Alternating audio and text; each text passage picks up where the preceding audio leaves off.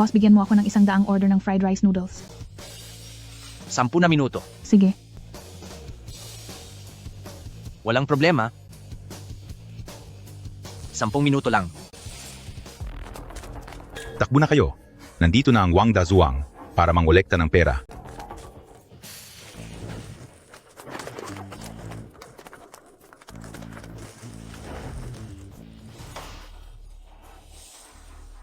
Isang daang order. Tapos na. Sandali. Anong nangyayari? Uy, ang mga pagkain ko, Ibigay mo ang pera. kahit anong gawin mo sa akin, huwag mo lang galawin ang mga pagkain ko. Hindi pwede ito.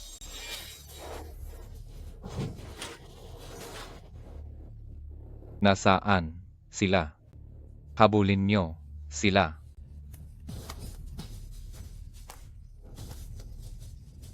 Anong kababalaghan ito?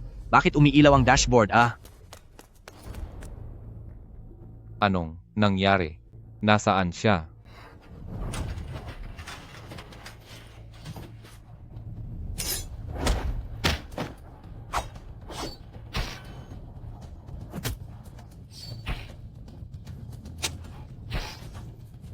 Ito, ano ba ang nangyayari?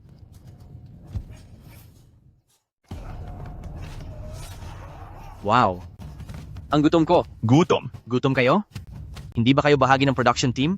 Hindi ba sila namimigay ng pagkain? Teka lang, hindi yon. Grabe, totoo ba ito? Hindi, seryoso ba ang pag-arte nyo? Uy, Brad! Lahat ng tao dito, tapusin niyo lahat, ihanda ang pagpasok ng hukbo ni Panginoong Kao sa lungsod, sugod! Nako, hala, totoo ba ito? Sandali lang. Huwag, teka lang.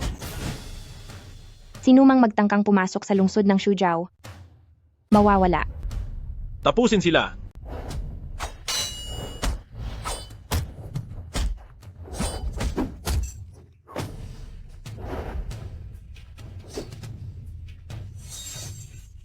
Ingat. Anong klaseng lugar ba ito? Miss, dadalhin kita sa ospital? Tara na.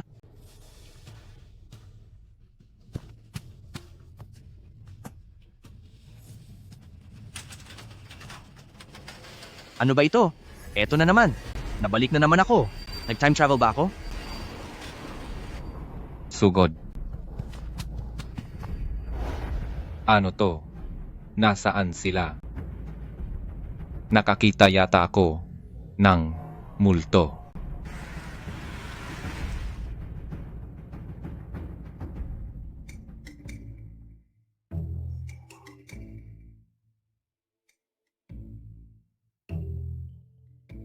Bastos, magbayad ka. Uy, huwag kang gumalaw. Sabi ng huwag kang malikot. May impeksyon ang sugat mo, binabalutan ko ito. Kundi baka mapano ka na niyan. Kahit pagsilbihan mo ako, walang silbihan. Sa kakaiba mong pananamit, tiyak na espiya ka ni Kauman. Naglakas loob kang mambastos. Paparusahan kita. Hindi pa magaling ang sugat mo, huwag kang malikot.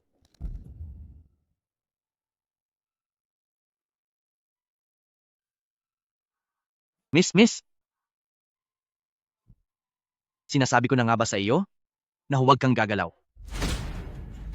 Bastos, inaapi mo ang aming binibini? Ipapakulong kita.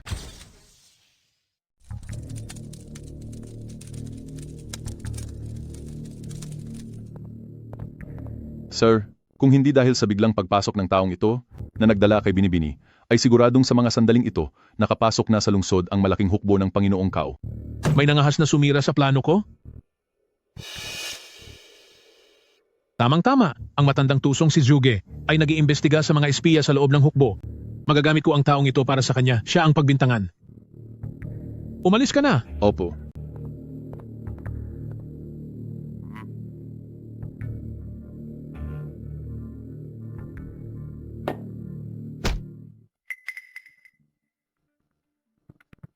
Sabihin mo, ikaw ba talaga ang espiya ng Kauman? Hindi po, kuya. Ang baho naman dito, nakakadiri. Nagdaraan lang talaga ako. Wala po akong alam sa nangyayari. Akala mo ba maniniwala ako sa mga kalokohan mo? Ha? Espiya ka ng Kauman. Kauman? Sino po ang kauman na iyon? Mukhang ayaw mo talagang magsabi ng totoo. Sugurin siya. Sandali lang po. Magsasalita na ako. Sige na. Aamin na ako. Aamin na. Magsasalita na. Kuya? Talaga pong hindi ko kilala ang kauman? Sige na. Totoo na po. Inutusan lang po ako ng kauman na pumunta rito. Isusulat ko na ang pag-amin ko. Isusulat ko na, promise. Ilista mo ang lahat. Bilisan mo at magsalita ka na. Heto na. Nakaisip na ako. Noon ay may matandang cow na may utang sa akin na 2 itlog. Sabi ko ibalik niya pagkalipas ng 3 araw. Sabi naman niya, pagkalipas ng 4 na araw. Bahala siya sa itlog niya. Talagang nagbibiro ka pa rin, saktan siya. Sandali, hindi ganoon. Teka lang po, kuya. Pwede po nating pag-usapan ito ng maayos. Lahat naman po ay nadadaan sa usapan. Sinong makikipag-usap sa iyo? Ituloy ang pagpaparusa. Huwag po. Tigil.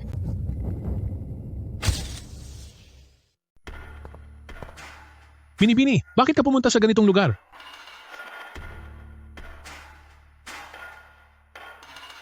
O bakit? Ayos ka lang ba? Maraming salamat sa pagliligtas sa akin, Binibini. Binibini, ang taong ito ay isang espiya ng Kauman. Kung patuloy mo siyang poprotektahan, natatakot akong hindi iyan tama. Sa tingin mo ba ang espiya ng Kauman ay ililigtas ang buhay ko? Binibini, ilang buwan nang kinubkob ng hukbo ng Kao ang lungsod ng Shu, anganib na ang lungsod ng Shuzhong. Sa pagprotekta mo sa taong hindi natin kilala, kahit hindi magalit ang ating pinuno. Mawawalan naman ng loob ang ating mga sundalo. Ikaw, Ilang buwan nang kinubkob? Kung magagamit ko lang ang lagusan ng panahon upang malayang makatawid sa 2 mundo, ang pagkubkob na ito sa akin ay isa lamang katatawanan, hindi ba? Hindi lang ako makakaganti sa magandang babaeng nagligtas sa akin, kundi parang nakahuli pa ako ng 2 ibon sa isang bato. Uy, Binibini, matutulungan kita tungkol sa pagkubkob sa lungsod. Ang lakas ng loob mo, bata ka, puro ka lang salita. Kung talagang may kakayahan ka, ako, si Mengda, ay susunod sa bawat utos mo. Sige, panoorin mo na lang ako. Hoy, halikayo. Ipasok nyo rito ang sasakyan ko. umuatras? Pakisuyong mag-ingat. Anong uri ng panggagayuma ito? Kita mo na? Ang lakas ng loob mong manlinlang. Aatras na po ang sasakyan. Mag-ingat. Anong klaseng pangkukulam ito? Hoy, Ang lakas ng loob mong manakot gamit ang kung ano-anong panloloko. hindi ito pangkukulam. Gumagamit ito ng kuryente. Tama, ito ay isang uri ng mahiwagang sining.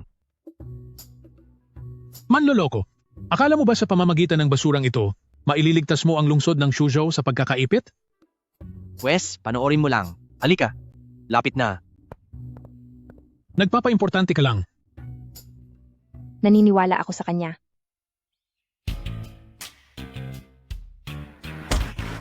Lagot, nawalan na ito ng kontrol. Ano? Ano bang klaseng bakal na kabayo ito? Kung mayroon tayong ganitong banal na sandata, siguradong maililigtas natin ang lungsod ng Shuzhou sa pagkakaipit. Isasama kita ngayon din para makita ang kapatid ko. Binibini, hindi natin alam ang pagkakakilanlan ng taong ito o kung saan man siya nanggaling at ang dala niya ay tila sumpa o masamang bagay. Huwag mo siyang iharap sa ating Panginoon. Gamit ang sandatang ito at sa lakas ng aking kapatid, siguradong masasakop natin ang hukbo ng Kao sa madaling panahon. Sinabi ni General Meng na ganito. Ibig bang sabihin ay ayaw niyang pasukuin ang hukbo ng Kao? Sir, kapag nanatili ang tagalutong ito, baka maging malaking sakit siya ng ulo. Ilang buwan nang napapaligiran ng lungsod ng Shuzhou at ubos na ang kanilang pagkain at armas. Sa sandaling mapabagsak ng hukbo ni Panginoong Kao ang lungsod, sisiguraduhin kong matinding parusa ang aabutin nila, pahirapan sila hanggang sa katapusan.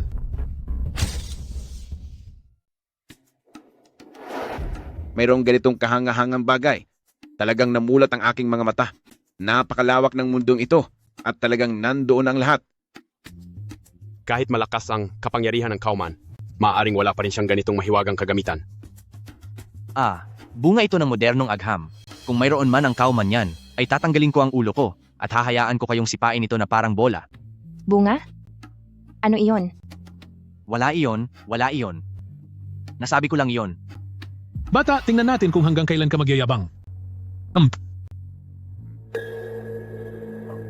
Panginoon, nagkakaubusan na ng supply ng pagkain sa lungsod ng Shuzhou, nagugutom at nanlalamig na ang mga kawal. Kahit mayroon pa tayong mahiwagang kagamitan, baka mahirapan pa rin tayong labanan ang hukbo ni Kao. Naniniwala po ang inyong lingkod na kaysa maghintay lamang tayo rito, mas mabuting makipagkasundo na tayo sa kapayapaan upang bigyan ng pagkakataon na mabuhay ang mga mamamayan. Kasunduan? Magdadala lang iyon ng panganib sa atin. Mapanlinlang at madaya si Kauman. Paano siya magkakaroon ng tapat na kasunduan? Sa pakikipagkasundo ay maaari nating pansamantalang maisalba ang buhay ng lahat. Kung magpapatuloy ang labanang ito, ang mga mamamayan at mga kawal sa loob ng lungsod ay magugutom at mawawala na lamang. At ang pagkakalubog sa hirap na ito ay dahil po sa inyo, Binibini. Kung hindi nyo lang tinanggihan ang pagpapakasal sa Sun Shiwan, hindi sana mapupunta ang Panginoon sa ganitong malungkot na sitwasyon na walang tumutulong. Kung malulutas lang ang problema natin ngayon, kahit hindi si Sun Shiwan at kahit isa pa siyang pulubi, ay nakahanda akong magpakasal. Pero sino ba ang hindi nakakaalam na masama si Sun Shiwan at walang isang salita? Paano kung sa akin ka na lang magpakasal? Tutulungan kita. Huwag ka ngang magbiro, Ginoo. Binibini. Sa pagkakataong ito, may oras pa ba kayong makipag-usap tungkol sa pag-ibig? Kung ayaw niyong humingi ng pagkakataong mabuhay para sa mga tao, magbigay kayo ng pagkain. Ikaw, Tigil na. Ginoo, mayroon ka bang magandang plano? Panginoon, sa loob ng lungsod ay bawat isa ay nahihirapan sa sarili nilang buhay. Kahit mag-alok ka pa ng 10 milyong dolyar na ginto, wala pa rin magbebenta ng pagkain. Panginoon, ipag-utos na po ninyo ang pagbubukas ng lungsod para sa kapayapaan. Panginoon, pakisuyo, buksan ang lungsod at makipagkasundo na po tayo. ikaw, kayo. Hep, pagkain lang pala ang wala? Kaya kitang tulungan. Hehe, pwede kitang tulungan. Napakalakas ng loob mo. Ikaw na bata ka. Wala kang alam sa mundong ito, ngunit nangangahas kang magyabang dito. Hindi dahil wala kang kakayahan, ay magtatahulan ka na lang dyan gaya ng aso. Ikaw, Sir, mahal na pinuno, may isa lang akong kondisyon, at ang paghahanda ng pagkain ay napakadali lang para sa akin.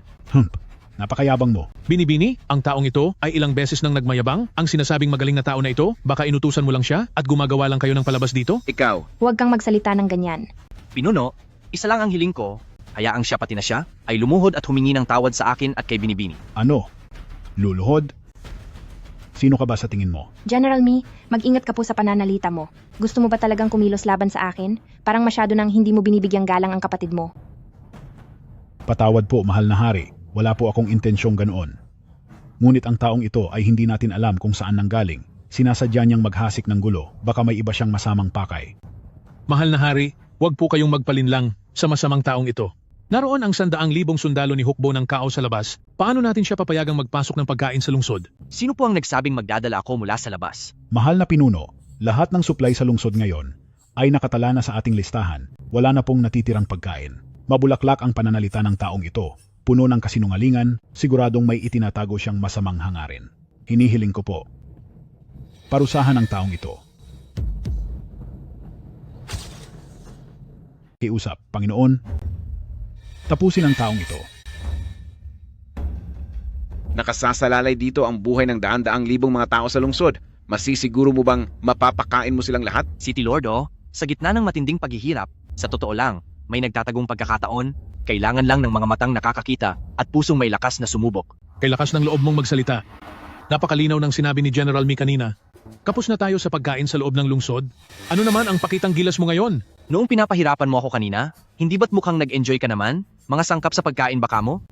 Gusto mo ba talagang pakainin kami ng mga maruruming bagay na iyan? Siyempre naman. Talagang kahibangan ito. Iniinsulto mo ang talino naming lahat. Ang baho ng amoy ng mga laman loob na yan, paano iyan makakain? Huwag kang magmadali.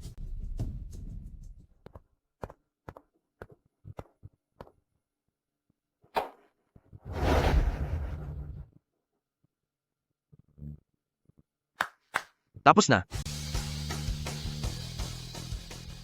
Ano na namang panloloko ang ginagawa mo? Puminahon po kayong lahat.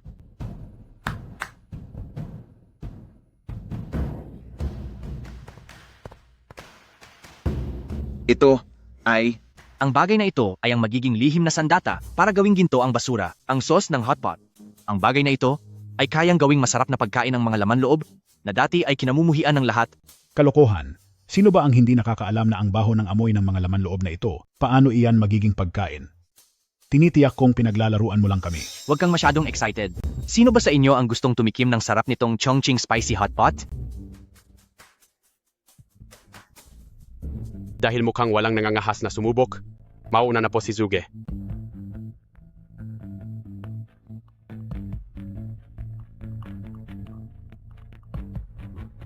Help!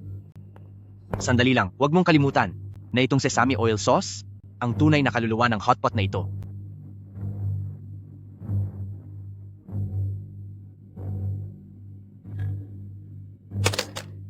Lason ang pagkain ito. Mga kawal, dakpin siya. Teka lang. Aking Panginoon, kahit galing ito sa bituka ng hayop, hindi ito mabaho. Sa halip, napakasarap nito at nakakapagpainit ng katawan. Malugod po kitang binabati. Malulutas na ang problema natin sa supply ng pagkain. Imposible. Siguradong magkasabwat ang Zuge at ang mga taong ito para lokohin ka, mahal na hari.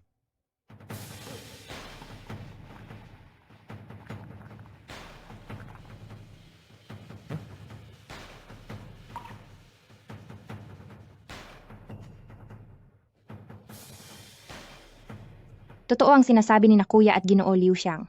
Totoo ba? Ginoo, gaano pa karami ang ganito? Basta sapat ang pambayad na dolyar. Hindi lang ang sangkap para sa hotpot na ito, pati na rin ang pagkain ng buong hukbo. Ako na ang bahala sa lahat. Aha, ha? Ikaw nga ang tagapagligtas ng ating bayan, Ginoo. Mga tauhan, maghanda agad ng 1,000 dolyar at sumunod kay Ginoo para kunin ang mga pagkain. Sandali. Huwag tayong magmadali.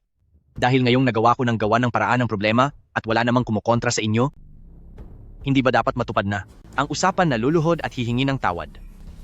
Ang dalawang general na iyan? Aking Panginoon, masama ang pakay ng taong ito. Balak niya tayong pag-away-awayin. Pakiusap, huwag po kayong magpalinlang. Tama po siya, mahal na hari. Ang katapatan namin ay saksihan nawa ng langit. Aking Panginoon, ang kakulangan sa supply ng pagkain. Ang pinakaimportanteng kailangang ayusin ngayon. Panginoon, isipin po ninyo ang ikabubuti ng nakararami. Sige, gagawin natin ang gusto ni Ginoo. Mifang, Mengda, gawin nyo ang hinihiling ni Ginoo. Kayong dalawang. Opisyal, gawin na ninyo. Ang buhay ng ating mga sundalo. Ang kaligtasan ng lungsod ng Shuzhou ay nakasalalay dito. Nakikiusap ako, mga opisyal. Pag-isipan po ninyong mabuti. Mukhang hindi na ito maaayos ng madali. Mr. Lin, naging bulag po ako at tanga para bastusin kayo. Mr. Meng? Ikaw na. Mr. Lin, nagkamali po ang inyong lingkod. Patawarin po ninyo ako, Mr. Lin. Mr. Lin, ang pagkuha ng mga supply ay napakahalagang bagay. Magpapadala ako ng ilang sundalo para samahan kayo. Ano po sa tingin nyo? Ay, wag na. Hindi na kailangan. Kaya ko nang mag-isa. Panginoon, ang ipaubaya ang buhay ng mga mamamayan sa kamay ng isang tao ay masyadong delikado at parang laro lang. Kuya, nagtitiwala ako sa kanya. Xiang-er, huwag kang makialam. Kuya, nangako na ako. Kung mapapadala niya talaga ang mga pagkain at mailigtas ang lungsod ng Shuzhou, siya na ang magiging mapapangasawa ko rito sa Liu Xiang. Ibibigay ko ang buong suporta ko. Ngunit kung nagkamali ako sa pagpili at trinaydor niya tayo, handa akong tanggapin ang parusa ng militar at ibigay ang buhay ko para sa hukbo. Sige na. Mr. Lin, gaano mo katagal maihahanda ang mga pagkain? Kung makakabuo ang pinuno ng 1,000 gintong barya at alahas, sa loob ng 1 araw, maihahatid ko ang mga pagkain sa palasyo. 1 araw? Ito? Sir, wag po kayong magbiro. Totoo ang sinasabi ko. Sige. Mga tao, ihanda agad ang 1,000 ginto at sumunod sa kanya para kunin ang pagkain. Huwag kang mag-alala, hindi kita bibiguin. Hintayin mo ang pagbabalik ko.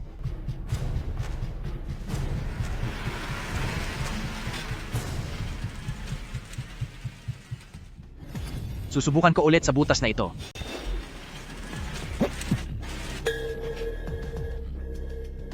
Nasaan siya?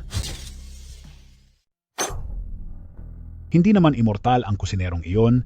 Paano niya magagawang maglaho na lang ng ganoon? Kayong mga nariyan. Ang 2 loko-lokong ito ay kaladkarin niyo palabas at parusahan ng 20 palo. Maawa po kayo. Maawa po kayo. General Mi, kung ang kusinerong iyon ay talagang tumakas dala ang pera, ay wala nang problema doon. Pero kung siya nga ay nakaligtas sa pagkubkob ng Panginoong Cao at nakakuha ng pabor kay Liu Xuanzao, ay mahihirapan tayong saktan siya. Halos imposible na itong mangyari. Ano po ang ibig ninyong sabihin, Lord Meng? Kanina sa palasyo, nagawa tayong hiyain ng kusinerong iyon, ngunit binaliwala lang ito ni Liu Xuanzao. Sa taong walang paninindigang gaya niya, paano tayo magtatapat sa kanya? Sa totoo lang, naglatag na ang Panginoong Cao sa labas ng lungsod ng isang bitag na walang takas, kailangan lang nating makipagtulungan ng kaunti, at ang buhay ni Liu Xuanzao ay mapapasakamay na natin. Pagdating ng panahon, ang mataas na posisyon at kayamanan ay madali na lang nating makukuha, di ba? Totoo ba ang lahat ng ito? Totoo, bukas ay mauuna na tayong kumilos. Tatapusin natin si Liu Xuanzao at ang kusinerong iyon ay magiging madali na lang nating mapaparusahan, di ba? Sige, usapan na iyan. Walang bawi ang usapan. Ang galing. Brother Lin, kung mayroon ka ulit ganitong klaseng gamit, siguraduhin ako agad ang unang hahanapin mo. Pasok. Narito ang $100 milyong na cash. Masayang pakikipagtulungan. Napakabilis niyo kausap, President Lee. Salamat sa maayos na pakikipagtulungan. Siya nga pala, mayroon pa akong kailangang asikasuhin.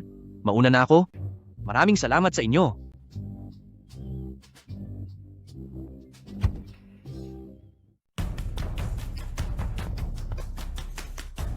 Isang mensahe? Ipinapaalam ko po sa inyo, Panginoon, ang hukbo ni Kauman ay nakahilera na sa labas ng lungsod at naghahamon, sinasabi nila. Sinasabi po nila, Magsalita ka. ang sinumang makakakuha sa iyo, Panginoon, ay makakatanggap ng 1,000 ginto at itatalagang pinuno ng 10,000 kabahayan. Masyado kang mapangahaskaw. Talagang wala kang takot. Nasaan ang tagapaglutong iyon? Nagpakita ba siya? Nandito na ang kaaway sa pintuan natin. Ngunit ang 10,000 sako ng mga pagkain ay wala pa rin. Binibini. Paano mo ito ipaliliwanag sa buong hukbo?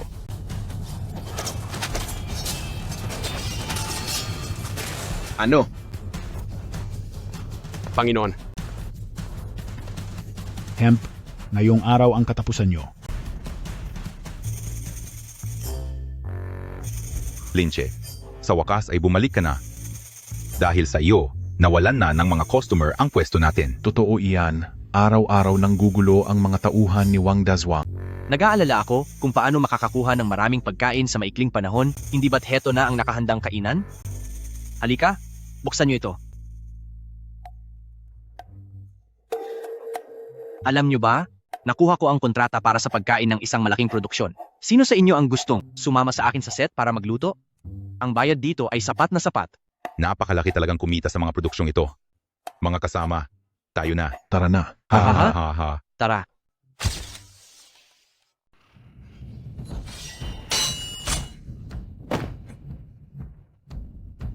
Kayo. Gusto nyo rin ba akong tuluyan at tapusin? Tapusin kayo. Nakikipaglaban lang kami para may makain, pero ngayon kahit kanin wala na. Sino pa ang gugustong magpakamatay para sa inyo? Hahaha. Sino ang mag-aakala na ako si Liu Xuanzao ay aabot sa ganitong araw na babantaan ng isang pangkat ng mga gutom na sundalo? Amo, narinig nyo na ba ang tungkol sa mga pinagpapala dahil sa kabutihan? At ang mga kinalilimutan dahil sa kasamaan? Pati ba ikaw pagtataksilan ako? Liu Xuanzao, dati akong naging tapat na tapat sa iyo. Pero pinahiya at pinaluhod mo ako sa harap ng isang kusinero. Ngayong sasama na ako kay Panginoong Kao, anong masama roon? Tapos na ang paghahari mo, kaya sumuko ka na. Kundi, ang buhay ni Binibini ay tiyak na mawawala. Mifang! Mifang! Kapag may ginawa ka pa sa kanyang masama, pagbabayarin kita ng lubos. Kung ganoon, huwag mo akong sisihin sa gagawin ko. Mga sundalo, makinig sa utos ko. Sino man ang tumapos kay Liu Xuanzao ay bibigyan ng titulong markis. Naku, hindi ito maganda. Delikado. Bakit ka nagkakaganyan? May mga misteryosong sundalong nakakabayo sa lungsod. Papunta sila ngayon sa mansyon. Mga nakakabayo. Mifang! Siguradong ang mga sundalong iyon ay ang tulong na hiningi ni Mr. Lin. Tapos na ang lahat. Tiyak na mga tauhan natin mula sa labas ang mga iyon. Para malaman niyo ang totoo bago kayo magbayad. Tignan na lang natin. Tara. Ang daming gumagalaw na bakal. Takbo na kayo. Bilisan nyo. Takbo. Tumakas na kayo. Ano bang bagay ito?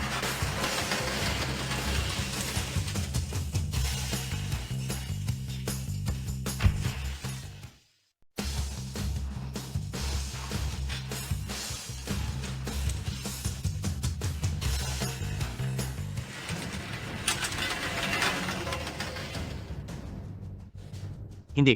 Sandali lang. Anong nangyayari dito? Linche, Nagawa mong magpatawag ng napakaraming sundalo.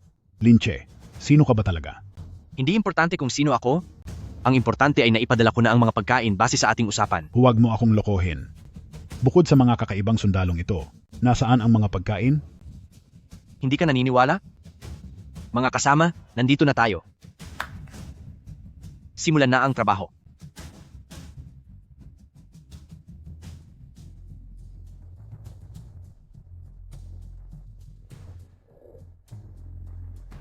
Kaya nyo pa palang magtiis? Ito ay pagtataksil. Traidor kayo, traidor. Bumalik kayo rito.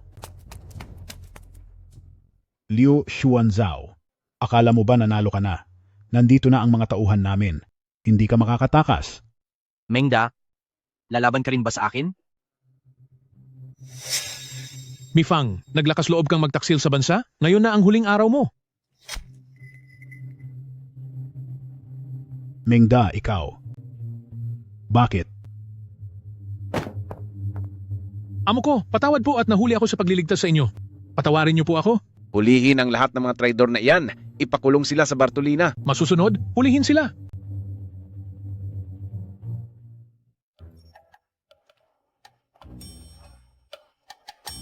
Meron po rito. Lahat meron.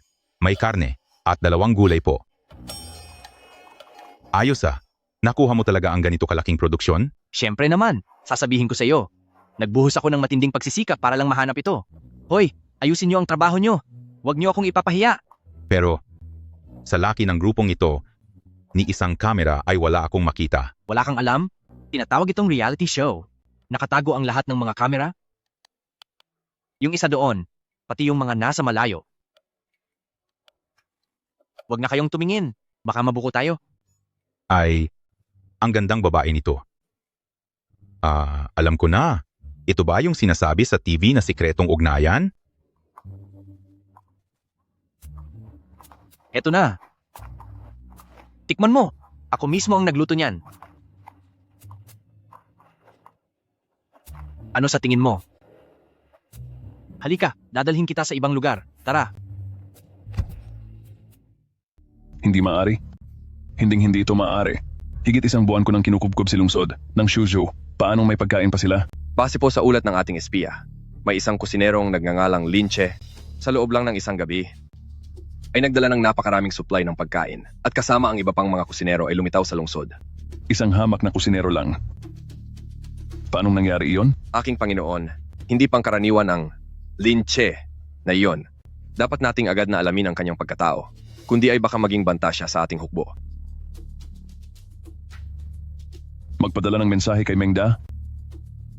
Sabihan si Linche na sumuko at pumanig sa akin. Ngunit kung tatanggi siya, ikaw na mismo ang pumunta roon at parusahan mo siya. Masusunod po.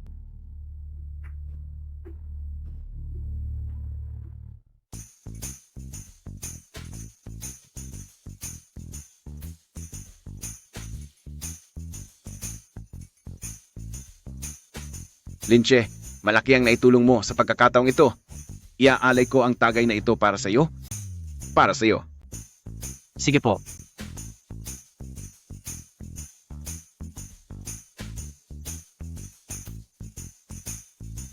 Kung ganoon, ang tungkol sa kasal namin ni Binibini. Ako, bilang si Liu Xuanzao, ay naghahayag. Ipakakasal ko ang sarili kong kapatid na si Liu Xiang kay Linche. Ha. Salamat po, Lord City Governor. Panginoon, naniniwala po ako na hindi tama ang kasalang ito. Ha? Anong mali doon? Panginoon, dati po ay tinanggihan ni Binibini ang kasal kay Pamilya San. Hindi pa po gumanti si Wu Zhou noon dahil alam nilang si Binibini ay hindi pa kasal. Ngayong alam na nilang may asawa na si Binibini, sa tingin niyo ba ay palalagpasin lang nila ito? Tama po yon. Dahil ang San Shiwan ay ang pinakamalakas na puwersa sa buong Jiangnan. Kapag nagalit sila at nakipagtulungan kay Hukbo ng Kao, baka hindi na natin sila kayang pigilan. Kaya nakikiusap po kami sa inyo, Panginoon, pag-isipan niyo po itong mabuti. Bukod pa doon, itong si Linche ay isa lamang kusinero kung itatambal siya sa ating Binibini. Iyan ay... Hindi, kumakain kayo ng luto ko? Bakit parang pinupuruhan niyo pa ako ngayon? Brother Lin, huwag mo namang isipin ng ganyan. Kuya, iniligtas ni Linche ang buong lungsod ng Shuzhou. Handa akong magpakasal sa kanya at samahan siya hanggang sa dulo. Xiang Kung gagalitin ni Binibini ang San Shiwan dahil dito, ang ating lungsod ng Shuzhou ay malalagay sa panganib sa gitna ng dalawang kaaway.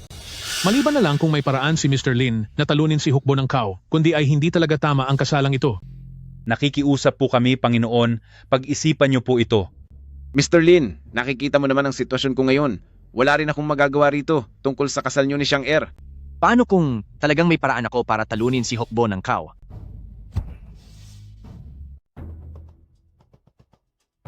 Mahal na City Lord, kung mayroon man akong magandang plano para mapaalis ang Hukbo ng Kao, matutupad niyo po ba ang inyong pangako na ibigay sa akin ang binibini? Ha, Linche, huwag kang masyadong mayabang. Paano mo magagawang mag-isa na? Talunin ang Hukbo ng Kao? Sa sarili ko lang na lakas ay talagang hindi ko siya mapapantayan. Pero binibini, handa ka bang tulungan ako na kalabanin ang ating mga kaaway? Handa kitang tulungan. Ano ang kailangan kong gawin? Ilan ang iyong mga sundalo? 3,000. 3,000? 3,000 tao laban sa 300,000 hukbo ng Kao? Isang malaking kahangalan yan. Ha. Sabi ko na sa inyo dati, basta may pera, kaya kong gawin ang lahat. Sa loob ng 3 araw, bubuo ako ng grupo ng mga piling kawal na hindi matatalo at hindi magigiba kailanman. Kaya, mahal na City Lord, ang pilak, handa na ba? Ha. Teka lang.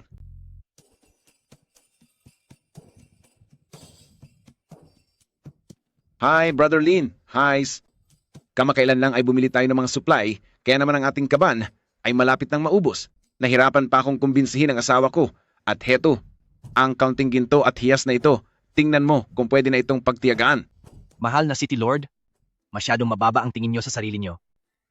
Brother Lin, ang mga sandata at gamit na ito, sigurado ka bang maasahan ng mga ito? Siyempre naman. Magtiwala po kayo sa akin, City Lord. Kailan pa ba? Kita binigo sa aking mga gawa? Brother Lin, ito na ang huli sa aking kayamanan. Hindi mo ba pwedeng... Hindi pwede. Mahal na City Lord, huwag po kayong mag-alala. Ang puhunang ito ay siguradong sa iyong buhay ang pinakaimportanteng puhunan.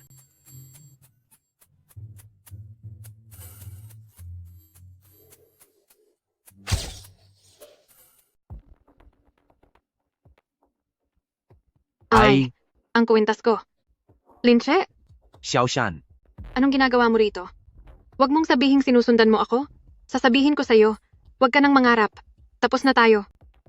Boy, ikaw ba yung nagbibenta ng sinangag na nagpaaral kay Xiao Shan sa kolehiyo na parang aso? Young Master Jin, huwag kang magkamali ng akala ginawa niya ang lahat ng kusa at kailanman ay hindi ko siya pinilit. Boy, kailangan mo akong paliwanagan ngayon. Xiao Shan, magmula nang naghiwalay tayong dalawa, nakita ko na ang tunay mong kulay. Hindi ka karapat-dapat sa lahat ng ginawa ko? Ang kuwintas na ito ay isang antigong gamit mula pa sa panahon ng Grand Shah at nagkakahalaga ito ng $5 milyong. Ikaw na hamak na tindero ng sinangag. Kahit mapagod ka pa sa pagluluto ay hindi mo yan mababayaran. $5 milyong lang? $5 milyong lang? Isang hamak na nagbebenta lang ng sinangag. At ganyan na ang tono mo sa pagkipag-usap sa akin? Young Master Jin, alam ko na.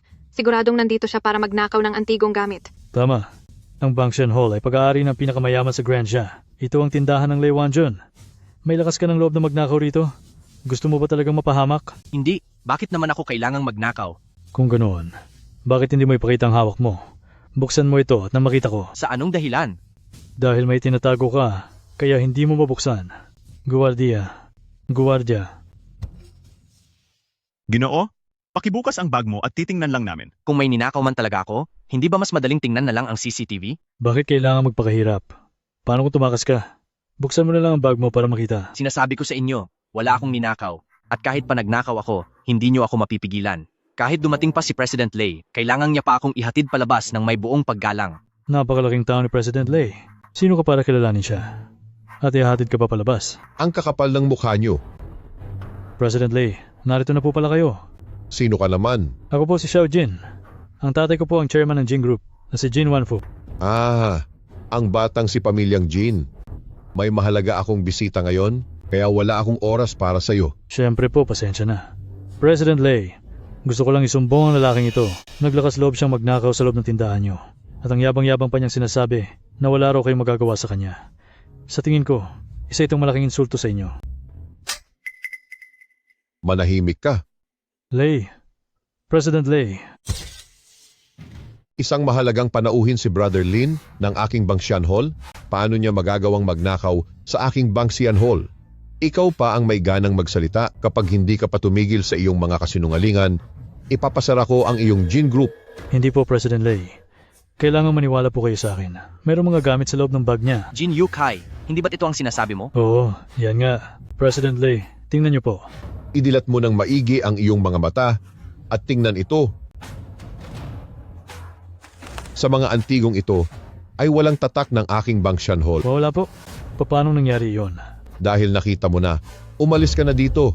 Huwag mo nang ipahiya ang sarili mo rito. Lumayas ka. Young Master Jin. President Lei, Brother Lin, itong batang Jin Yukai na ito ay isang taong mapaghiganti. Dapat kang mag-ingat sa susunod. maraming salamat sa babala, President Lei. Ngunit ang linche mo ay hindi kailanman takot sa gulo. Kung may gumawa ng masama sa akin, hinding-hindi ko sila patatawarin. Sige, Brother Lin, tingnan natin kung ano ang dala mong mga bagong gamit. Tara,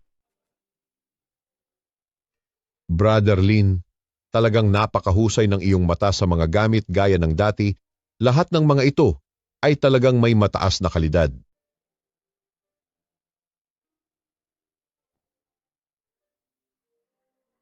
Mali po, hindi galing ang mga ito sa panahong East Han. Ang lahat ng ito ay huwad lamang. Hindi! Ang mga ito ay hindi talaga pagmamay-ari ni Silangang Han. Lahat ba ng ito ay peke? Ang mga ito, ang mga kagamitang ito. Mas matanda pa ang mga ito kaysa sa gamit ni Silangang Han. Sobrang mahal ng mga ito, tunay na kayamanan ng mga ito. sir, pwede po bang sabihin nyo ng diretso, wag po ninyong putul-putulin ang sasabihin nyo? Parang sinusubukan nyo ang pasensya ko. Kaya magkano ang halaga ng mga ito? 50 milyong dolyar. Mali po, 500 milyong dolyar.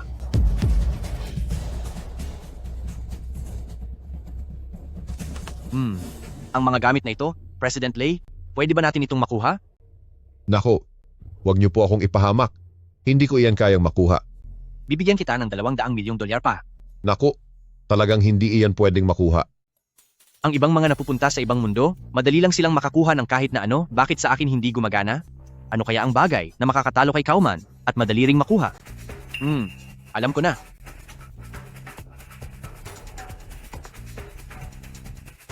Anong gagawin mo sa mga ito? May paggagamitan ako rito. Sige po.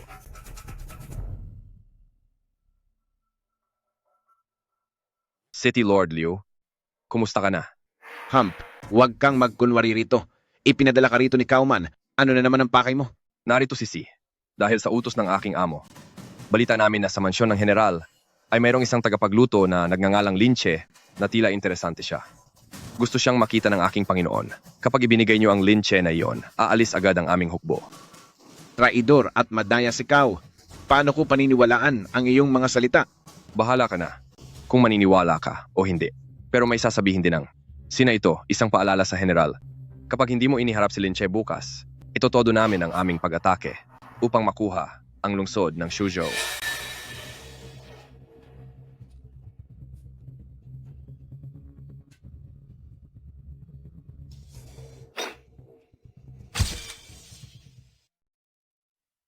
Strategist, ang mga sinasabi ng taong ito, gaano kaya ito mapagkakatiwalaan? Ang sitwasyong ito ay lubhang nakapagtataka. Hindi tayo dapat magtiwala ng lubos, ngunit dapat pa rin tayong maging maingat. Kung si Linche ay makapagbabalik ng sandata na babago sa ating tadhana, ang problema sa Kauman ay tiyak na madali nating malulutas. Subalit, kung wala siyang maibabalik. Panginoon, ang tungkol kay Linche ay masyadong kakatwa.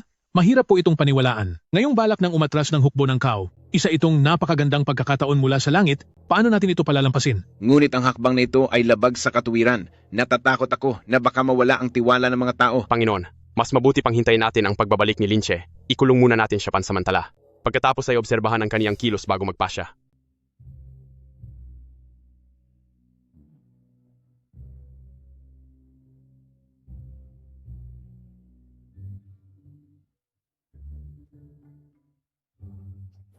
Hindi ba't masyado yata itong mabilis? Maraming tao rito sa kalye. Hindi ba parang hindi ito maganda? Maaari bang magseryoso ka? Sa loob ng lungsod ngayon ay puno ng mga espiya ni strategist. Gusto kanilang hulihin para ipakipagpalit sa pag-atras ng Kauman. Kaya sa ngayon ay huwag muna tayong babalik sa mansyon. Dapat tayong lumayo hanggat maaari. Naintindihan mo ba? Sa ganitong sitwasyon, bakit ka pa rin nagkakaganyan? Narinig mo ba ang lahat ng sinabi ko? Narinig ko po ng malinaw. Pero ayaw kong tumakas, Ang gusto ko ay pakasalan ka. Alam mo ba kung anong kaparusahan ang naghihintay sa iyo sa kamay ng Kauman? Huwag kang mag-alala, alam ko ang ginagawa ko. Dahil alam ng Kauman ang bawat kilos ko, siguradong mayroon silang kasabwat sa loob ng lungsod. Siya nga pala, sino ang nagpanukala kahapon na isuko ako? Si Mengda iyon. Ang traidor na iyon. Pupuntahan ko siya para parusahan. Sandali, huwag tayong magmadali. Dahil gustong makita ako ng Kauman, ako mismo ang kakaharap sa kaniya. Gusto kong makita kung anong pakana ang gagawin niya. Siya nga pala, ilang tao ang kaya mong tawagin ngayon? Dahil sa biglaang pangyayari, 5 lang ang kaya ko. 5 ba? Oo. Sapat na ang 5? Tara. Nasaan na ba talaga si Linche? Ito, bakit tila naglaho siya? Ulat po. Pag-uulat po sa Panginoon. Pagkatapos iwanan ni Mr. Lin ang ilang pares ng sapatos na ito, sinama niya si Binibini at ang 5 sundalo at pumasok sa kalaliman ng kampo ng Kao. Itong si Linche na ito, gusto ba niyang mapahamak ang aking kapatid? Panginoon, huminahon po muna kayo. Bagaman mapanganib ang ginawa ni Mr. Lin, marahil ay mayroon siyang malalim na dahilan. Malalim na dahilan? Sa tingin ko ay naghahanap lang siya ng gulo. Mga tauhan, ihanda ang aking kabayo. Pupunta ako mismo sa kampo ng Kao upang iligtas ang aking kapatid. Panginoon.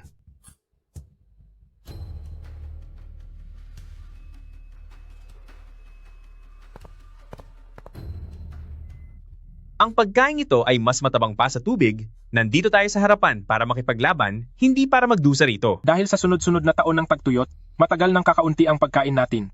Ngayon tila pati si hukbo ng Kao ay hindi na rin makatagal. Ano ang binubulong ninyo riyan? Pakiramdam lang po namin ay, itong pagkain? Basta't matulungan natin ang Panginoon. Nasakupin ang lungsod ng Shuzhou, pagdating ng oras, ang kayamanan at masasarap na alak at pagkain ay mapapasa atin ng lahat. Mga ngako ng katapatan sa Panginoon. Mabuti. Kung nais nating sakupin ang lungsod ng Shuzhou, ay baka abutin pa tayo ng napakatagal na panahon. Ang laban na ito, kailan ba talaga ito matatapos? Oo nga, sana makauwi na tayo sa lalong madaling panahon. Wow! Ang bango naman! Saan galing ang pritong pansit na iyan? Doon sa bahaging iyon, may tao roon, nagluluto ng pritong pansit.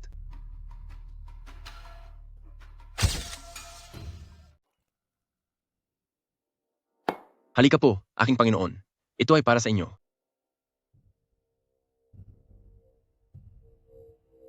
Panginoon, magsasabi na po ako ng totoo.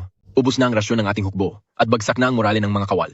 Kapag hindi pa natin nakuha ang lungsod ng Shuzhou, hindi ko na maisip ang magiging kahihinatnan nito.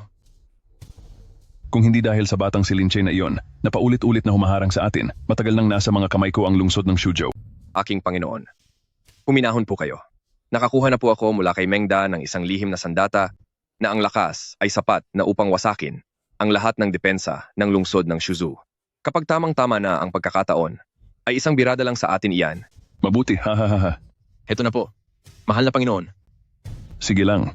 Sige po. Fried noodles na po. Bili na ng fried noodles.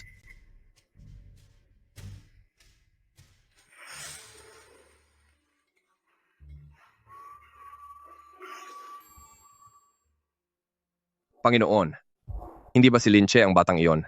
Siya rin. Hulihin siya agad. Sandali. Nag-iisa siyang pumasok sa aking kampo ng Kao. Hawak ko na siya sa aking mga kamay. Mukhang matapang ang isang ito. Subukan nating makaharap siya. Siguradong ikaw ang tinatawag na Kauman, tama? Tingnan mo nga ang pagkain ninyo, hindi nakapagtatakang bigo kayo sa pagsakop. Ikaw, ang lakas ng loob mong insultuhin ng Panginoon. Paparusahan kita ngayon din? Mukhang may paninindigan ka. Isang tao lang pero nagawang pasukin ang kampo ko? Ako ay nagpapakita ng kagustuhan ng lungsod ng Shuzhou at Liu Xuanzhao upang paalisin ang inyong mga kawal. Hahaha. Kung ganoon ay sabihin mo sa akin, kapag pinalis ko ang aking mga kawal, anong mapapala ko doon? Iho, hindi mo ba naisip kailanman na ang digmaan mismo ay isang kayamanan? Kapag ako ang nanalo, sa akin na ang buong mundo. Sa mundong ito, mayroon pa bang kayamanan na mas hihigit pa roon? Pero kaming nasa sikaw ay humahanga sa may talento. Simula sa araw na ito, ay magtatrabaho ka para sa akin? Anong say mo? At paano kung ayaw ko? Che, huwag mong sayangin ang pagkakataong binigay ko. Panginoon, ang batang ito ayaw makinig sa pakiusapan. Kaya naman, bakit hindi natin gamitin ang pagkakataong ito para subukan kung gaano kalakas ang ating sikretong sandata? Kahit na pinapahalagahan ko ang kanyang talento, Dahil hindi naman siya susunod sa akin, mas mabuti pang tapusin na lang siya. Mga kawal, ilabas ang sikretong sandata.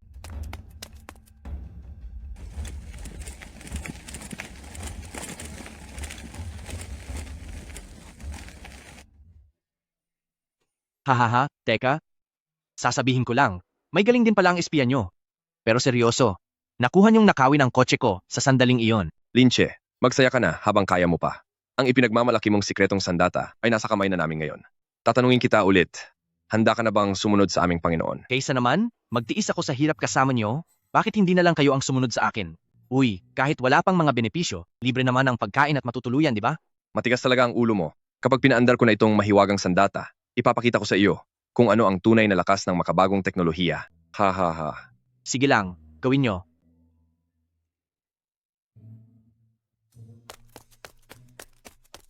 Sindihan. Ipasok ang kambyo.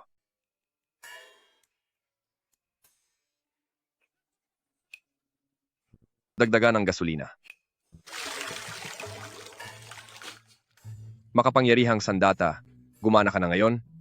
Parusahan mo itong batanag walang modo. Parusahan mo siya.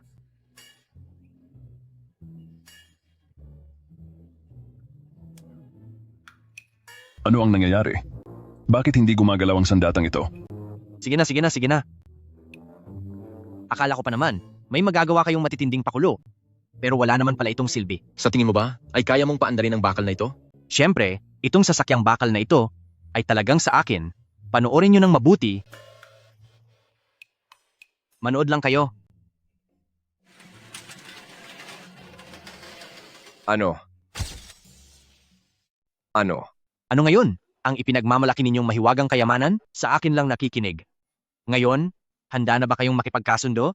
Huwag kang masyadong mayabang bata. Mayroon akong 100,000 piling sundalo. Ngayon sisiguraduhin kong matatapos ka rito. Oh, 100,000 piling sundalo? Naku, natatakot na ako. Akala nyo ba talaga, pupunta ako rito para makipagkasundo ng walang anumang paghahanda? Kahit pahanda ka sa iyong pagdating, anong magagawa noon? Kahit sino pa ang dumating para iligtas ka, hindi kanya matutulungan. Mga kasama, parusahan niyo siya. 100,000 piling sundalo, di ba? Walang problema? Ngayong araw, ipapalasap ko sa inyo ang tunay na kapangyarihan ng makabagong teknolohiya. Ito. Ano ito? Hindi ito maganda? Bong hukbo, mag-ingat.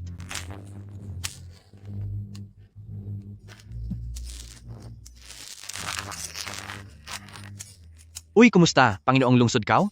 Ngayon, oras na para sumuko ka, di ba? Ikaw? Anong klaseng mahika ang ginawa mo? Panginoon, hindi maganda ang sitwasyon natin. Kailangan nating pansamantalang. Teka, huli na ang lahat para magmakaawa. Kailangan nyo ng kaunting katapatan. Anong kailangan mong gawin para palayain mo kami? 10,000 ginto, kahit isang piraso ay walang dapat kulang. 10,000 ginto? Bakit hindi mo na lang kami nakawan? Sandali, huwag kang magmadali. Ito ay maliit na kabayaran lamang. Panginoong Kao, isipin mo, pinalibutan mo ang lungsod sa loob ng 3 buwan, kaya nagdusa ang mga mamamayan sa loob nito. Sapat na ba ang 10,000 ginto para mabayaran iyon? At saka, Panginoong Kao, isa kang makapangyarihang pinuno at namamahala sa malaking hukbo. Napakahalaga ng iyong buhay. Ang ganito kaliit na ginto ay barya lang sa iyo. Huwag ka nang gumawa ng mga katuwirang wala sa lugar. Pumapayag ako. Basta bahayaan mo kaming makaalis sa panganib na ito, pumapayag na ako. Mabilis ka palang kausap. Pero, ang usapang salita lang ay hindi sapat. Linche, walang hiya kang traidor. Ilabas mo ang aking kapatid na babae. Tingnan mo, dumating na ang pagkakataon mo.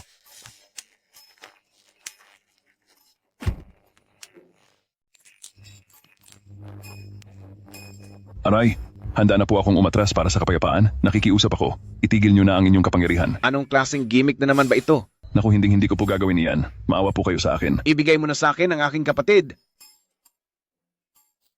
Kuya, narito ako. Xiang-Er, ayos ka lang ba? Ayos lang po ako. Ngayon at nagapi na natin si Kauman, ang lahat ng ito ay dahil kay Linche. Kung hindi dahil sa dinala niyang kuryenteng harang at paggamit sa sarili niya bilang pain, hinding-hindi sana natin siya matatalo ng 6 na tao lang laban kay Kauman. Linche, sa pagkakataong ito, dahil sa iyo, kaya naging matagumpay tayo, patawad at pinagbitangan kita. Talagang napakahusay mo. Pakiusap, alisin niyo na po itong kakaibang mahika sa akin. Teka, Panginoong Lungsod Kao, huwag mong kakalimutan ang ating napagkasunduan. Siyempre po, hindi ko po iyon gagawin. Sa loob ng 3 araw, ibibigay ko ang 20,000 pirasong gintong dolyar bilang regalo para sa nalalapit na kasal ni Mr. Lin. Maging ang tungkol sa aking kasal ay alam mo, mukhang napakagaling ng mga espiya mo. Maraming salamat na lang sa iyo, Panginoong Kao. Oo nga pala. Nabalitaan ko na mayroong isang chituma sa iyong kampo, Panginoong Kao, at ang asawa ko, paborito niya ang magagandang kabayo. Linche, huwag ka namang masyadong abusado. Walang problema, iyon ba? Isasama ko na rin iyan sa mga regalo para kay Mr. Lin. Sige, Xiang patayin mo na ang kuryenteng harang. Opo.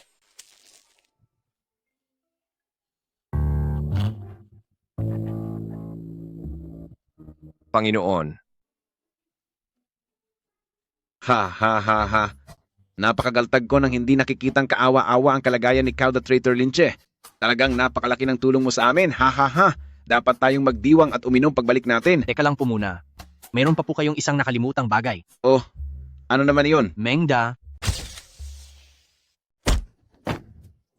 Panginoon, bakit ito? Mengda? Nakuha mo pa akong pagtaksilan. Panginoon, ang katapatan ko sa inyo, Mengda, saksi ang langit at lupa rito? Nagawa mo pang sumagot? Ibinunyag na lahat ni Linche na ikaw ang espiyang inilagay ni Kao the Traitor sa tabi ko. Panginoon, wala po akong kasalanan. Gawa-gawa lang po niya ang lahat dahil nakikita niyang pinagkakatiwalaan niyo ako. Sinisiraan niya po ako sa inyo. Mingda, hanggang ngayon ay wala ka pa ring pagsisisi. Binibini, nung tutulan ko ang kasal niyo noon, para lang iyon sa ikabubuti ng ating Panginoon. Matagal din tayong nagsama. Huwag mo namang gawin ito. Nang dahil lang sa kanya. Mingda, ayaw ko nang marinig ang mga sinasabi mo. Lantad na ang tunay mong kulay. Panginoon, huwag po kayong maniniwala agad sa sinabi ni Linche. Kung gagawin niyo ito sa akin, mawawala ng gana ang lahat ng ating mga kawal. Lord Meng, alam mo ba kung paano nabuking ang tunay mong pagkatao? Dahil ang sarili mong Panginoon ang mismong lumuhod sa akin para humingi ng tawad. Imposible, hindi yan gagawin ni Panginoong Kao. Walang hiya ka? Sasabihin mo pa rin hindi mo ako nililang? Mga kawal, ilabas ang taong iyan at parusahan siya. Isa kang baliw na pinuno, Liu Xuanzhao. Pagbabayarin ka ni Panginoong Kao para sa akin?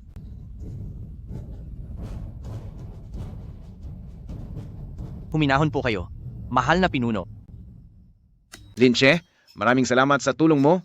Dahil sa iyo, ay natukoy natin ang espiyang ito. Paano na po ang kasal namin ni Xiang Ha. Sige, sa loob ng 5 araw, magaganap ang inyong kasalan.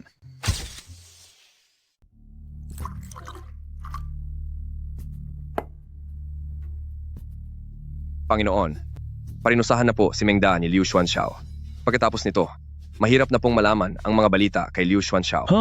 Walang silbi ang Mengda na iyan. Kahit ang ganito kaimportanteng impormasyon ay hindi niya nalaman. Kaya ako naging ganito kadesperado. Bakit ko pa siya kailangan? Panginoon, nabigo po talaga sa kanyang tungkulin si Mengda. Pero dahil tapos na ang lahat, kailangan na nating humanap ng ibang paraan. Ibang paraan? Pahihirapan ko si Liu Xuanzhao, pati na ang kaniyang tagapagluto. Sa iyong pag-alis, maliban sa 10,000 ginto at kay Chituma, pumili ka pa ng ilan sa mga magagandang babaeng kinuha natin sa palasyo at ibigay silang lahat sa tagapaglutong iyon. Si Liu Xuanzhao ay isang mangmang lamang. Manalo man siya sa ngayon, hindi siya dapat katakutan. Pero ang tagapaglutong iyon, hindi ko siya hahayaang manatili sa tabi ni Liu Xuanzhao. Opo. At isa pa, magpadala ka ng sulat kay San Xuan. Nasa runan ang taong iyan, maraming sundalo, pero napakasama at napakahangal niya. Masyadong mataas ang tingin sa sarili. Kapag nalaman niyang sinira ni Liu Xuanzhao ang kasunduan tungkol sa kasal ng kaniyang anak, siguradong hindi siya makakatagal. Napakaganda ng mansyon na ito ni Mengda. Mr. Lin, talagang mahusay ka. Matapos alisin si Mengda, ay ibinigay na sa iyo ng Panginoon ang kaniyang mansyon. Hindi lang nakakuha ng 10,000 gintong dolyar, ay papakasalan pa si Binibini. Mahalaga naman talaga ang ginto. Pero ang pinakamahalaga sa lahat ay makasama si Xiang habang buhay. Oo, tama ka. Dahil malapit na ang kasal niyo ni Xiang Brother Lin, hindi ko alam kung may naisip ka na bang paraan laban kay San Xuan? Brother Lin, huwag mo namang sabihin sa akin na wala ka man lang inihandang kahit ano. Ang taong si San Xuan ay mapaghiganti. Ngayong naging asawa mo na si Binibini, siguradong hindi niya ito palalagpasin. Mukhang kailangan ko na talagang bumalik doon. Isang ulat po. Ipinapaalam ko po kay Mr. Lin. Nagpadala po si Kauman ng regalo, pagbati raw po para sa inyong kasal. Mukhang dumating na ang 10,000 gintong dolyar ko. Bilis, ipasok na yan. Medyo kakaiba po ang regalong ito. Kakaiba? Anong kakaiba? Dalhin nyo na rito. Opo.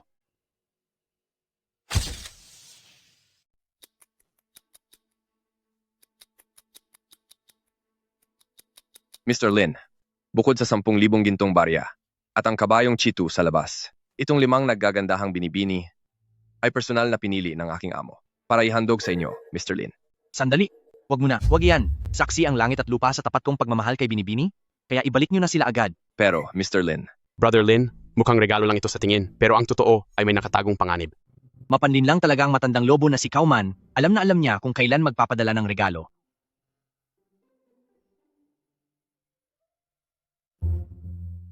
Kung ibinigay na silang lahat sa akin ng iyong amo, ibig sabihin ba ay pagmamayari ko na sila? Siyempre naman po. Sige, kung ganoon ay mananatili kayong lahat dito. Naku, Mr. Lin, malapit na kayong ikasal kay Binibini. Huwag kang gumawa ng kamalian. Wala kang alam. Umalis ka na lang at gawin ang trabaho mo.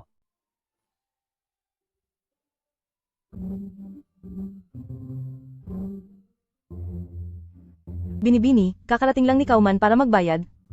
At binigyan din niya ang si Linche ng 5 napakagandang babae. Plano lang iyan ni Kauman. Naniniwala ako kay Linche. Hindi niya magagawa ang bagay na iyon. Nagkakamali ka sa kanya dahil tinanggap lahat ni Linche ang mga babae. Ano?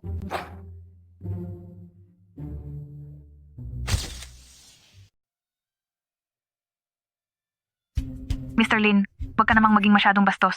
Dahan-dahan lang po. Ang damit ko.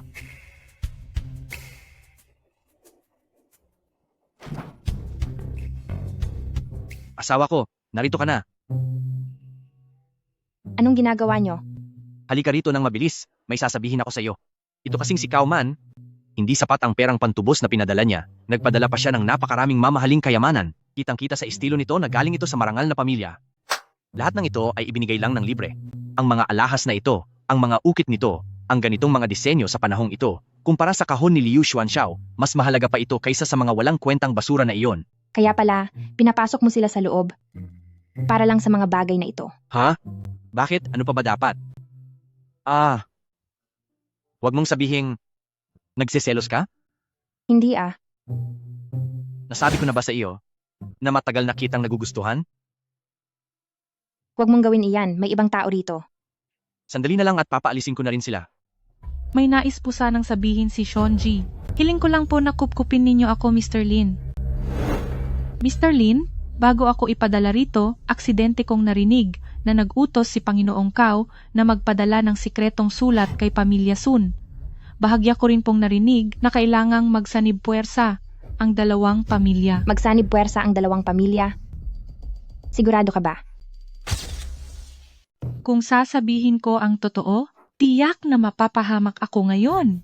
Pero Ginoo, kahit na isa kayong mga ngalakal, kayo ay may mabuting kalooban. Nais naming sumunod sa inyo, Ginoo. Kahit na magtrabaho lang kami bilang katulong, handa po kaming gawin iyon. Pakiusap, Ginoo, tanggapin niyo po kami. Pakiusap, Mr. Lin. Tanggapin niyo po kami. Kawawa naman sila. Sige na nga.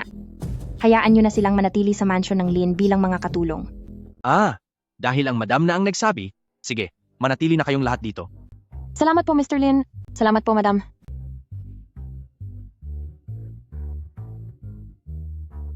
Ang asawa ko talaga, masasabi kong, maganda na, may mabuti pa siyang puso. Huwag kang magsalita ng ganyan. Tayo ay. Hindi pa naman tayo kasal. Honey, ikaw na ang nakatakdang makasama ko sa buhay. Mula sa pulang sinulid ng Yuelaw, hanggang sa huling patak sa mangkok ng Mengpo tayo, magkasama tayo magpakailanman, at hindi kailanman maghihiwalay.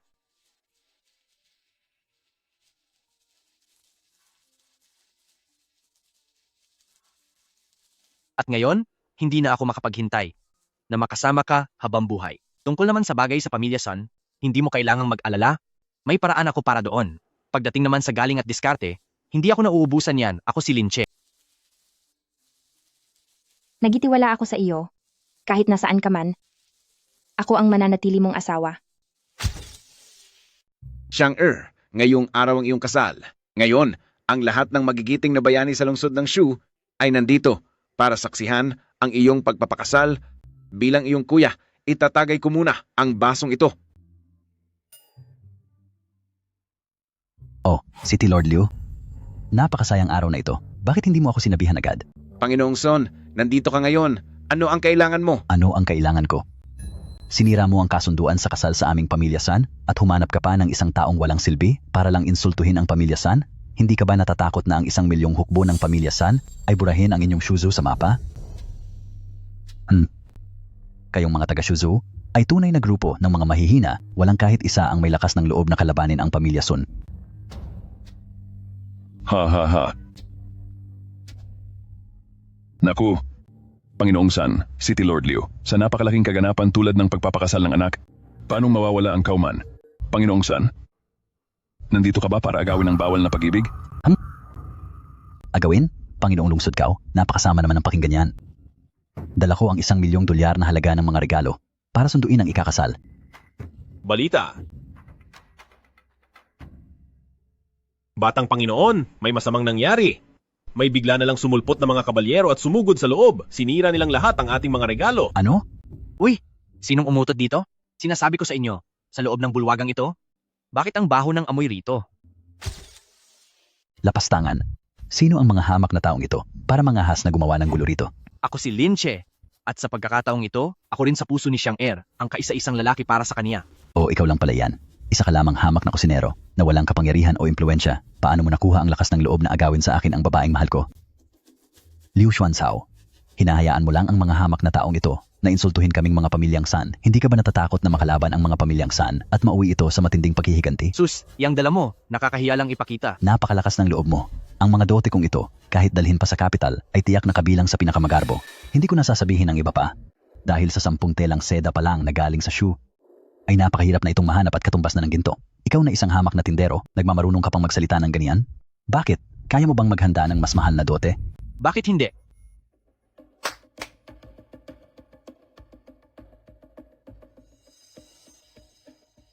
Ang mga dote ni Mr. Lin. Pulot pukyutan mula sa kanluran na umaabot sa 100 sako. Ang pulot na ito ay isang pambihirang kayamanan mula sa kanluran na iniaalay lamang para sa pamilya ng hari. Sino ba talaga ang kusinerong ito? Paano niya nagawang magbigay ng ganoon kalaki? Karagdagan pa, mga seda mula sa shoe na may daming 1,000 rolyo.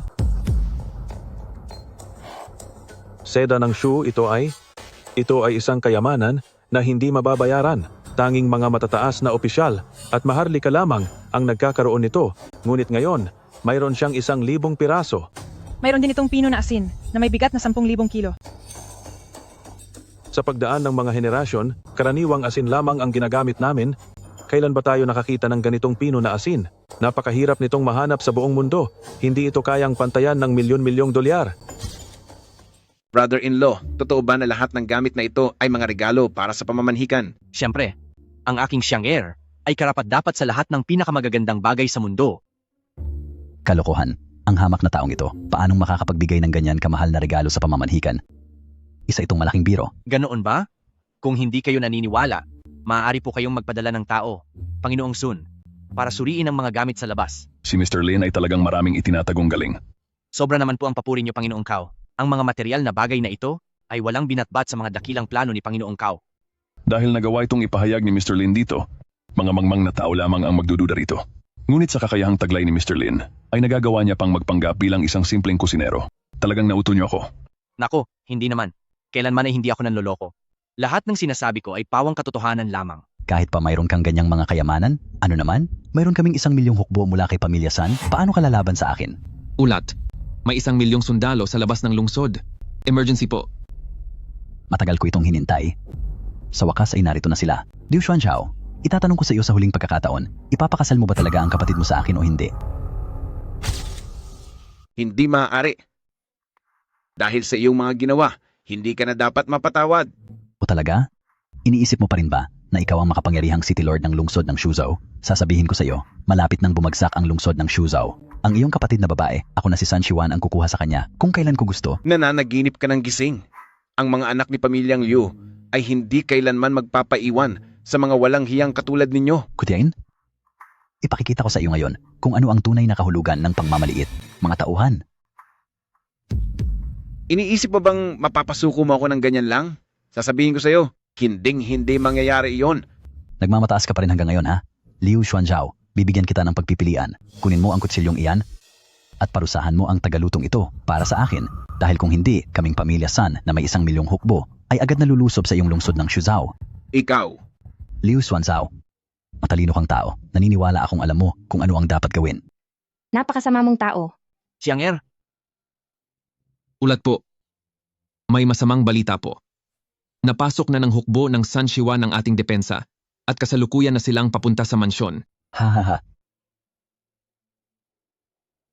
Liu Xuanzao, tatanungin kita sa huling pagkakataon. Susunod ka ba o hindi? San Shiwan, talaga bang uubusin mo kami ng tuluyan? Siyempre, makinig kayong lahat sa akin. Sinumang makakakuha sa ulo ng tagapaglutong ito ay gagantimpalaan ng 1 milyong gintong dolyar. Ano pang tinatayo nyo dyan, sugurin nyo? Ano ang ibig ninyong sabihin? Sunze, napagpasyahan naming lumipat sa panig ng kabutihan at sumunod kay Shuhan. Mula ngayon, magtatapat na kami kay City Lord Liu. Kayong mga traidor. Panginoong Sun, sinabi ko na sa iyo, huwag kang maging masyadong malupit. Ngayon, narito na ang iyong parusa. Anong klaseng pandaraya ang ginawa mo, tagapagluto? Hayaan ninyong ako na ang magpaliwanag ng lahat. Sa gitna ng malalang taggutom at sa patuloy na pag-atake ni Cao the Traitor, ang aking Shuzhou ay gipit na sa magkabilang panig. Mr. Lin, ang pagdating mo ay tila isang pagpapala dahil niligtas mo kami sa aming malaking problema. Hay, salamat sa papuri ninyo, Ginoong Zuge. Tuloy po kayo. Nga pala, Sir, tungkol sa taong si San Shiwan, ano po ang tingin niyo sa kanya? Si San Shiwan ay namumuno sa 1 milyong sundalo na bawat isa ay may kontrata kay Pamilya Sun hanggang sa huli, kaya matagal na itong naging malaking problema. Base sa sitwasyon ngayon, hindi pa rin tayo dapat magpabaya. Ano na ang gagawin natin ngayon? Maaari nating gamitan ng diskarte si Cao Man, pero ang gamitin ng taktikang iyon kay San Shiwan ay baka hindi epektibo. Ang taggutom, ang digmaan, mga kontrata, mga sundalo. Alam ko na. Oras na para bigyan ng mga tao noong unang panahon ng isang matinding sorpresang pula. Anong ibig mong sabihin sa matinding sorpresang pula?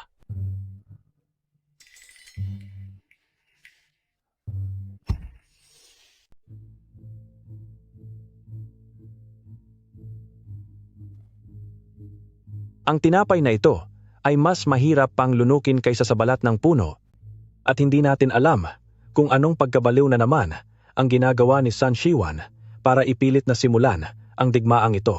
Anong silbi ng pagrereklamo? Mga tau-tauhan lamang tayo dito. Miss ko na ang amin. Miss ko na ang aking asawa at anak. Naghihintay sila sa akin sa bahay. Nangako ako sa kanila na babalik akong buhay. Ang walang katapusang digmaang ito. Busit na digmaan. Mag-ayos kayong lahat. Sabi ko sa inyo kapag nakuha natin ang lungsod ng Shuzhou. Ginto, mga dilag, lupain, lahat ng gusto nyo ay mapapain nyo. Opo? Hoy. Mga kaibigan mula sa kampo ng Sun, naririnig nyo ba ako? May umatake sa atin. Maging handa ang buong hukbo. Hindi ba si Zugi ito ang henyo ng lungsod ng Shuzhou? Bakit siya narito? Mga sundalo ng Pamilya Sun. Alam nyo ba kung bakit ako narito? Magsasakang Zuge, ano na namang laro ang ginagawa mo? General Liu, kumalma ka lang at pakinggan ang sasabihin ko. Mga kapatid, kayong lahat ang mga haligi ng inyong mga tahanan, mga bayani ng inyong mga anak. Pero dahil sa digmaan, nawalay kayo sa inyong mga pamilya at sa inyong bayan.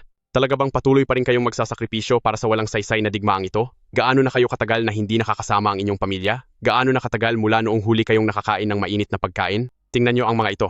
Inihanda ito ng Shuzhou para sa inyo. Basta't handa kayong sumama sa aming Shuzhou, ituturing namin itong inyong tahanan. Dito ay makakamit nyo ang buhay na minimithin nyo.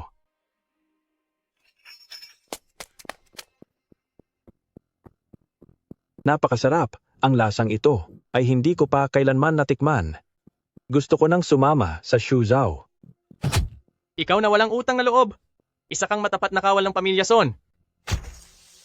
Ikang matapat na kawal ng Pamilya Sun. At kung wala ang Pamilya Sun, matagal ka na sanang wala. Patawad po. Tugod lahat kayo. Tapusin ang magsasakang iyan na nagkakalat ng kasinungalingan. Makinig muna kayo sa akin. Mga kapatid, naisip nyo ba kung bakit? Bakit kailangan nyo pang magpakapagod para sa Pamilya Sun? Ang totoo, lahat kayo ay isinilang na malaya, ngunit sinamantala ng Pamilya Sun ang panahon ng taggutom, mapang-abuso sa oras ng krisis, upang pilitin kayong pirmahan ang kontratang ito bilang mga alipin. Puro kasinungalingan. Isang malaking paninirang puri iyan. Kung nagsisinungaling man ako o hindi, kayo na mismo ang makakapagsabi niyan. Para lamang mapakain ang aking pamilya, napilitan akong ibigay ang kaisa-isa naming mga kagamitan, kapalit ng ilang sako ng pagkain mula sa Pamilya Sun. Pagkatapos ay napilitan akong pirmahan ang kontrata upang maging alipin nila. Oo nga. Natatandaan ko pa noong umiiyak na ibinigay ng aking asawa ang aming tanging alahas sa pamilya Sun, kapalit lang ng ilang sako ng bigas. Sinasamantala ng pamilya Sun ang kahinaan ng iba, kaya wala kayong ibang nagawa kundi ang ibenta ang inyong mga sarili. Hindi sila ang inyong mga tagapagligtas, kundi sila ang mga taong kumuha sa inyo at ang kaaway na umaabuso sa inyo. Sumama kayo sa Shuzhou, tuluyan na kayong lalaya mula sa mga kadena, at kayo ay magiging malaya. Ikaw na taga-nayo ng Zuge. Sa tingin mo ba ay mapapaatras mo ang 1 milyong hukbo ko? Sa pamamagitan lang ng iyong pagsasalita? Bakit nakatayo lang kayo? Sugod na. General, tama po siya dahil isinilang kaming malaya. Nais niyo bang magrebelde? Ang mga taga-Wu ay hindi kailanman magpapaalipin. Hinding-hindi magpapaalipin ang mga taga-Wu. Ang mga taga-Wu ay hinding-hindi na magiging alipin.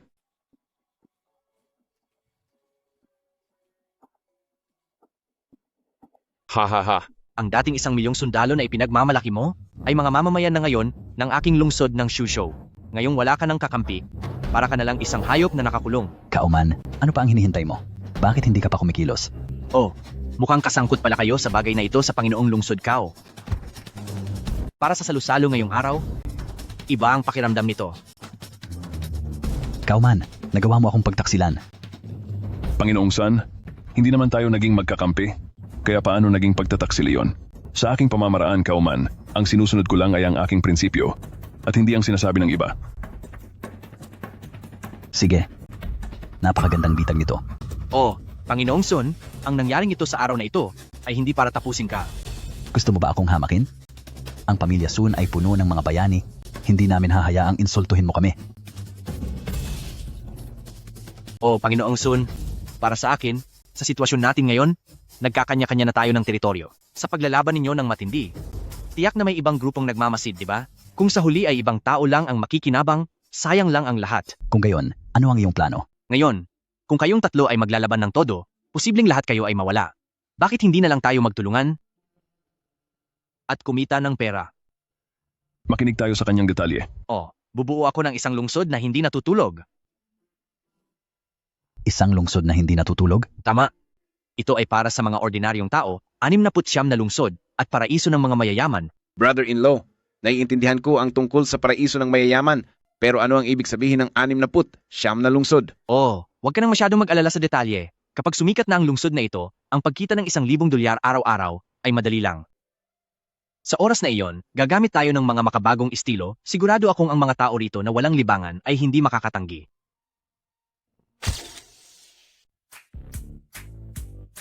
Hahaha, ayos. Heto po, Panginoon. Iaalay ko sa inyo ang tagay na ito. Sige, tara. Mahusay, mahusay. Ang batang si Lin Che na iyon ay talagang nagbuhos ng pagod sa pamamahala. Ang lungsod ng Shuzhou na ito ay lalong yumayaman. Hindi ko akalaing may ganitong kakayahan si Lin Che na gawin ang isang simpleng lungsod bilang isang masiglang lungsod na walang tulog. Hay, ang ginawang ito ni Lin Che ay tunay na kahanga-hanga. Dapat tayong magbigay ng suporta. Mula ngayon ay itigil na ang pagpapatrolya. Ano ang sa tingin nyo? Panginoon, base sa sinabi nyo, balak nyo na bang sumuko sa Liu Xuanzhao na yan? Hindi. Kahit pansamantala nating itigil ang labanan, hindi tayo pwedeng basta na lang sumuko. Kailangan muna nating magpahinga at magpalakas. Tama po ang sinabi nyo, Panginoon.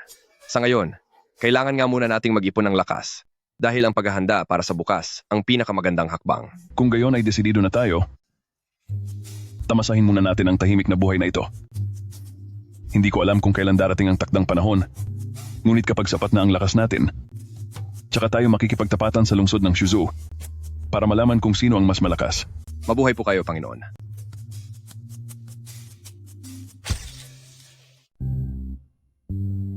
Brother-in-law, yung iyong siyudad na walang tulog ay isa talagang napakalaking kayamanan. Ang dividendo natin sa katapusan ng buwang ito ay siguradong lalampas sa 10,000 ginto. Binabati ko po si City Lord Liu at si Mr. Lin. Umaapaw ang pasok ng yaman. Kayo pong dalawa ay para saan? Nandito po ako para pag-usapan ng pagsali sa negosyo. Hindi ko alam kung si Lin Che ay handa pa po bang magbigay ng pagkakataon? Kung ganoon, ay hindi naman imposible. Kung gayon, si City Lord Lin ba ay nandito rin para sa parehong bagay? Kauman, nagmamadali kang sumali. Dahil ba, nagkakagusto ka sa magandang asawa na nasa SPA? Nabalitaan ko na nitong nakaraang 2 araw, ay marami ka nang nagastos doon. Sinasabi ko sa iyo, San Shiwan, kung ayaw mong sumali, huwag na lang. Pero bakit kailangan mo pang ibunyag ang mga sikreto ko? Huwag mo akong gamitan ng taktika, Mr. Lin. Gusto ko rin talagang sumali.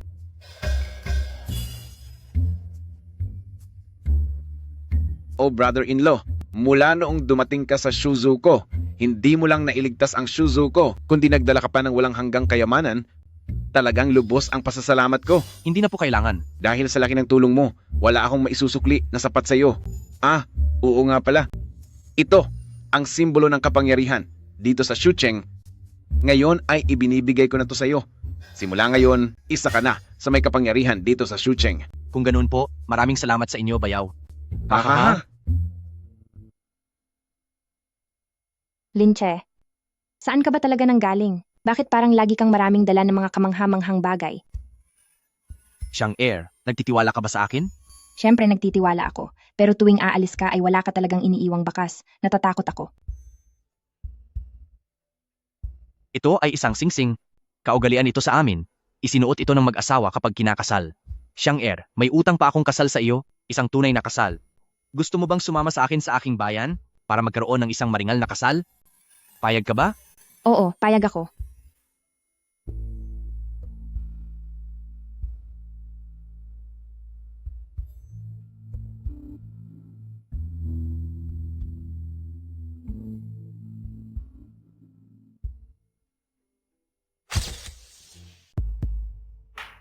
Nabalitaan ko bang nagpakita na naman si Linche?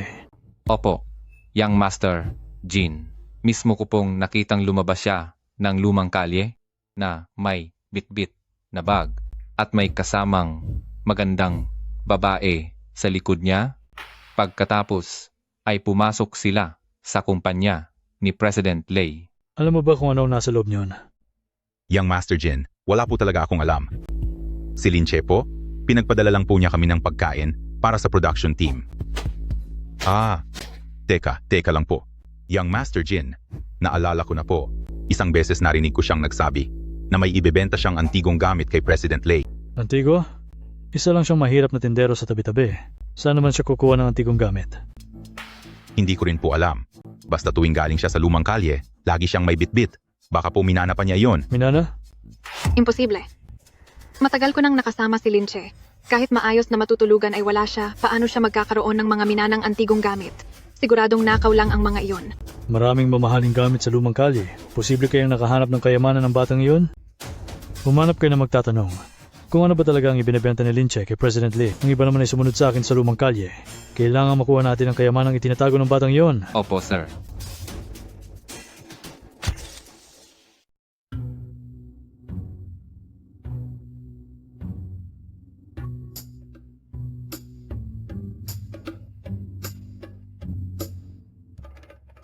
Mahal ko, napakainit ng pagtanggap ng mga tao rito.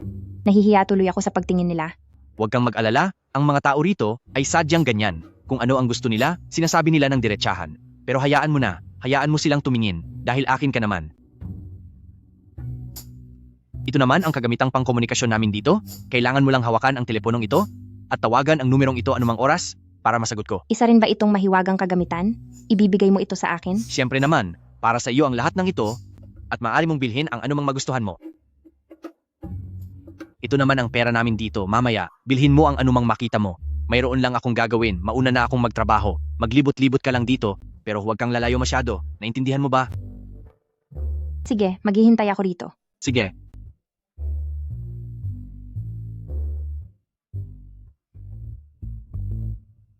Brother Lin, Brother Lee, nabalitaan ko na, ang lalaking si Jin Yukai ay ginugulo ka na naman itong mga nakaraang araw. Ang mga tao ni pamilyang Jin ay nagtatanong-tanong tungkol sa iyong sinaunang taguan ng kayamanan para pagsamantalahan at tapusin ka, kaya dapat kang mag-ingat. Ganoon ba? Kung gayon, mabibigo lang sila. Huwag kang mag-alala. Hindi nila iyon mahahanap kahit kailan. Mabuti naman kung ganoon. Halughapin ang lugar. Kahit saan ay tingnan nyo. Kailangan mahanap nyo ang bagay na iyon. Opo. Ala, tingnan nyo. May magandang babaeng naka-ancient costume. Saan? Saan banda? Anong ginagawa nyo? Anong pinagkakaguluhan nyo? Magsialis kayo. Bumalik na kayo sa trabaho. Uy, isa kang napakagandang dilag. Saan galing ang walang hiyang ito? Ang magandang binibini. Maging ang pagmumura ay napaka-formal pa rin. Young Master Jin. Miss, kaibigan ko lang siya. Huwag kang magselos. Young Master Jin, nakalimutan mo na ba ang pakay natin? Anong pakay? Ang tanging pakay ko lang ay makuha siya. Kung ganoon, hindi mo na ba hahanapin ang kayamanan ni Linche? Linche? Kilala niyo ba si Linche? Kilala mo rin si Linche? Anong kinalaman mo sa kanya? Siya ang aking asawa. Ang iyong panlasa ay hindi naman pala kagandahan. Nagpakasal ka sa isang walang silbing lalaki. Ibig bang sabihin, hindi kayo magkaibigan ng asawa ko? Mahal ko, may mga masasamang taong humaharang sa akin. Anong gagawin ko? Oo, Linche, nahanap na rin kita sa wakas. Hinihintay kita rito. Huwag kayong gumawa ng kung ano. Naghihintay ang asawa ko sa lumang kalsada, papunta na ako doon. Sige, hihintayin kita.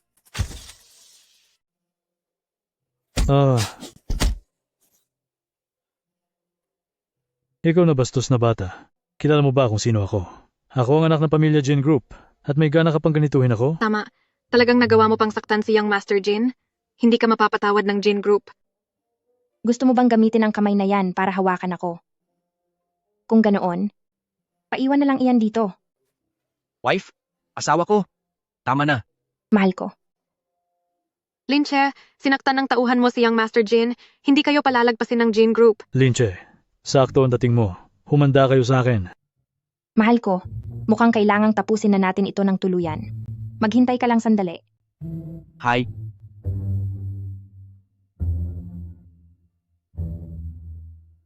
Napakahusay talaga.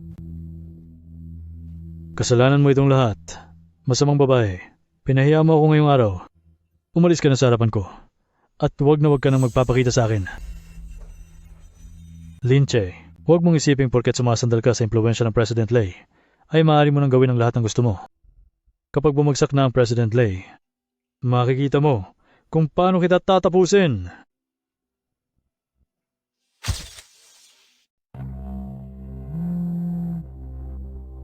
Halo?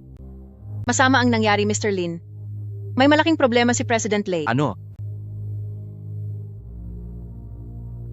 Mabuti po at nandito na kayo, Sir Lin Che ngayon. Na-frame si President Lei ni na pamilyang Jin at ng kanyang anak.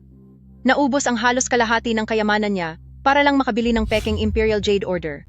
Para sa eleksyon ng Chamber of Commerce, talagang gipit na si President Lei. Sana ay makaisip po kayo ng paraan para matulungan siya. Si Jin Yukai? Siya nga po.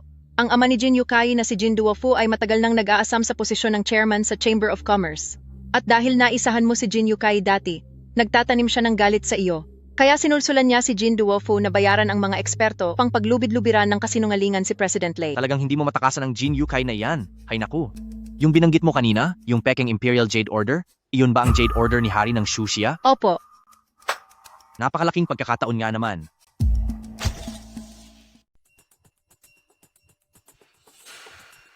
Oh, President Lei, akala ko hindi ka na darating. Bakit? Sadya ka bang nagpunta rito para batiin ako ng maaga? Jin Duofu, hindi pa tapos ang laban, hindi pa sigurado kung sino ang magwawagi sa huli. Brother Lin. President Lei? Anong ginagawa mo rito? Dahil kasi, nabalitaan ko na ang magiging pinuno ng asosasyon ngayong taon ay walang iba kundi si President Lei. At ako naman, dapat lang na narito ako para suportahan ka. Kanino mo naman nabalitaan yan? Mahabang kwento. Kaya kaibigan, sa susunod, mukhang kailangan ko pang asahan ang tulong mo. Walang anuman, walang problema iyon. Maupo ka muna at mag-usap tayo. Ikaw ba si Linche?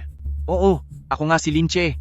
Hindi ko akalaing may kakayahan ka pala at nalinlang mo pa ng husto si Lei Jun at isinama ka pa sa ganitong prestihiyosong pagtitipon. Salamat sa papuri. Tandaan mo, hindi kita makakalimutan. Linche, huwag ka masyadong kampante. Kapag bumagsak na ang protector mo, tingnan natin kung paano kita parurusahan. Sige, hihintayin ko iyan. Hindi pa sigurado kung sino sa atin ang mauunang bumagsak. Para sa araw na ito sa halalan ng Haicheng Chamber of Commerce, malugod po namin kayong tinatanggap sa inyong pagdating. Ang patakaran ay pareho pa rin. Ang mga dala ninyong koleksyon, kung sino ang may pinakamahalagang gamit ay siyang hihirangin na bagong pinuno. Espesyal din naming inimbitahan ang batikang eksperto, ang bihasa sa mga antigo na si Elder He para magsilbing hurado. Pati si Elder He ay naimbita rin pala nila. Mukhang, sa pagkakataong ito, siguradong may mga pambihirang kayamanan na darating. Tama ka dyan. Dahil narinig ko, na ang dinalang bronze ding ni Jin Clan ngayon ay napakamahal at pambihira? Ngayon po ay sisimulan na natin. Para sa unang gamit mula kay The Family, ang Jade Rouye.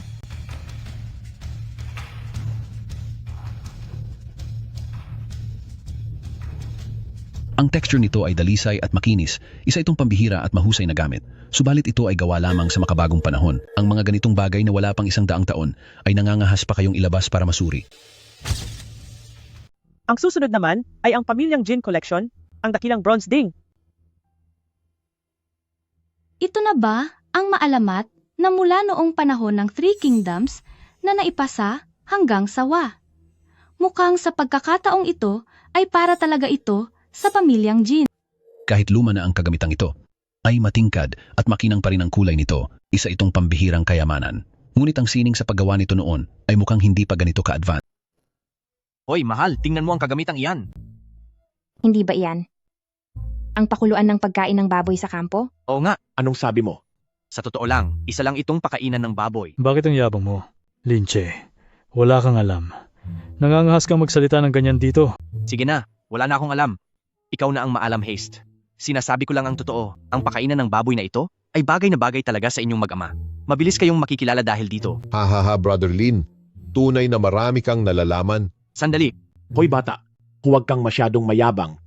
Maglabas ka ng patunay kapag nagsasalita. Kung hindi ay baka hindi mo malaman kung paano ka mapaparusahan. Hindi nyo na kailangang mag-alala roon. Dala ko na ang President Lei. Hindi ako naniniwala na ang sagradong Imperial Jade Order na ito ay matatalo ng pakainan nyo ng baboy? Imperial Jade Order? Alam naman ng lahat na ang President Lei ay ginamit ang halos lahat ng yaman para lang bumili ng peke. Linche, humanda ka na maparusahan. Sandali, hindi pa ito nasusuri. Paano mo nalaman na peke ito? Paano kung totoo pala? Brother Lin, huwag ka na magsalita. Sigurado na peking plaka ang Jade Command na ito. Masyado akong naging kampante. Nahulog ako sa patibong ni mag-amang Jin. President Lei, wala pa naman ang resulta ng pagsusuri. Wala pang nakakaalam kung ano ang totoo. Paano kung maayos naman pala ang kinalabasan? Mukhang sadyang matigas ang ulo mo at ayaw mong sumuko. Sige, titingnan ko yung Jade Command mo para malaman mo kung bakit ka matatalo. Ito ang National Jade Command ng dinastiyang Shuxia. President Lei, habang hindi pa sinusuri ni Elder He, mas mabuting bawiin mo na yan para hindi ka na mapahiya pa rito. Lei Jun, hindi naman ako taong walang puso. Kapag nahalal na akong presidente ng Chamber of Commerce, hindi naman kita agad paaalisin sa grupo. Kung may isip ka pa, kusa ka na lang umalis. Sandali, wala pang nagaganap na pagsusuri. Nagsasalita na kayo agad ng tapos. Tinitiyak niyo ba talaga na totoo ang hawak niyong Jade Command? Alam mo ba kung nasaan ang kabilang bahagi niyan? Mas alam ko pa iyan kaysa sa inyo. Hindi tulad ninyo, na kahit ang panggagaya ay hindi niyo magawa ng maayos. Anong ibig mo sabihin? Huwag mo akong gagaguhin. Sige, dahil malakas ang loob mo, papayagan nating suriin ni Elder. Iyan, ngayon din. Kapag napatunayang peke iyan, kayong dalawa ni Linche at Lei Jun, sa harap ng lahat ng narito ay luluhod at hihingi ng tawad sa akin. Pero paano naman kung totoo pala ito?